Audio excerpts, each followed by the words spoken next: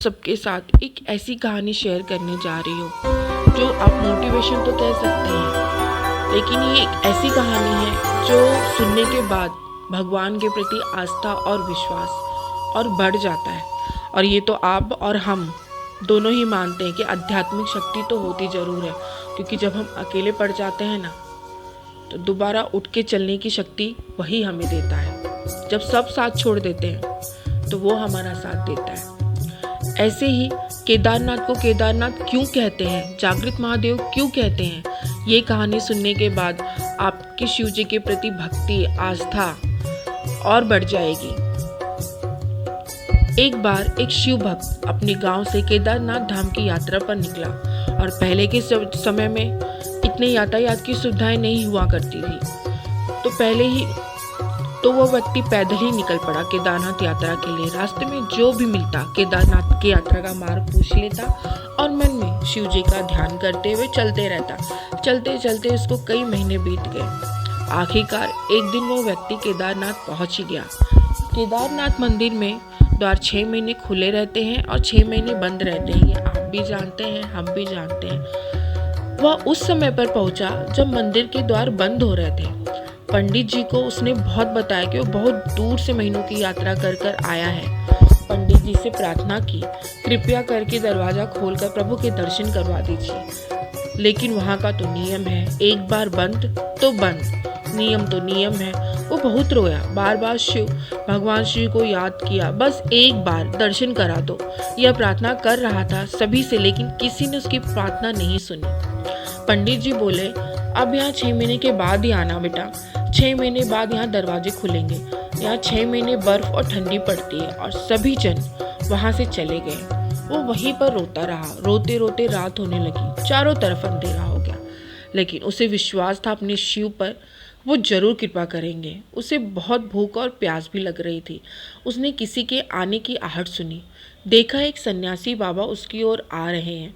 वो सन्यासी बाबा उसके पास आए और पास में आकर बैठ गए। पूछे, बेटा कहाँ से आए हो? उसने सारा हाल सुना दिया और बोला, मेरा आना यहाँ व्यर्थ हो गया बाबा जी। बाबा जी ने उसे समझाया और खाना भी दिया और बहुत देर तक बाबा से बात करते रहे। बाबा जी को उस पर दया आ गई और वह बोले, बेटा मुझे लगता है सुबह मंदिर जरूर खुलेगा, तुम दर्शन जरूर करोगे। बातों ही बातों में इस भक्त को न जाने कब नींद आ गई और सूर्य की मध्यम प्रकाश के साथ भक्त की आंख खुली। उसने इधर उधर देखा, परंतु वो बाबा कहीं नहीं थे। उसे पहले तो कुछ समझ में ही नहीं आया। फिर उसने देखा कि पंडित जी आ रहे हैं अपनी पूरी मंडली के साथ। उसने पंडित जी को प्रणाम किया और कहा, कल आपने तो कहा था 6 महीने बाद मंदिर खुलेगा और अभी इस बीच में कोई भी नहीं आएगा, लेकिन आप तो सुबह ही आ गए। पंडित जी ने उसे गौर से देखा और पहचानने की कोशिश की और पूछा, तुम वही हो जो मंदिर का द्वार बंद होने पर आए थे, जो मुझे मिले थे, 6 महीने होते ही वापस आ गए? उस आदमी ने आश्चर्य से कहा, नहीं नहीं, मैं तो कहीं नहीं गया, कल ही तो आपसे मिला था, रात में यहीं सो गया था और मैं कहीं नहीं गया। पंडित जी के आश्चर्य का कोई ठिकाना ही नहीं था। उन्होंने कहा, लेकिन मैं तो 6 महीने पहले मंदिर बंद करके गया था, आज 6 महीने बाद आया हूँ। तुम 6 महीने तक यहाँ पर जिंदा कैसे रह सकते हो? पंडित जी और सारी मंडली हैरान थी। इतनी सर्दी में एक अकेला व्यक्ति 6 महीने तक जिंदा रह सकता है। तब उस भक्त ने उनको सन्यासी बाबा के मिलने और उसके साथ की सारी बातें बता दी कि एक सन्यासी आया था, लंबा था, बड़ी बड़ी जटाएं, एक हाथ में त्रिशूल, एक हाथ में डमरू लिए हुए, मृगशाला पहने हुए था। पंडित जी और सब लोग उसके चरणों में गिर गए और बोले, हमने तो जिंदगी लगा दी किंतु प्रभु के दर्शन न पा सके।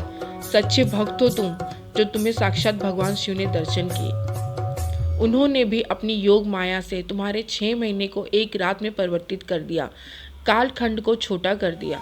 यह सब तुम्हारे पवित्र मन और तुम्हारी श्रद्धा और विश्वास के कारण ही संभव हुआ।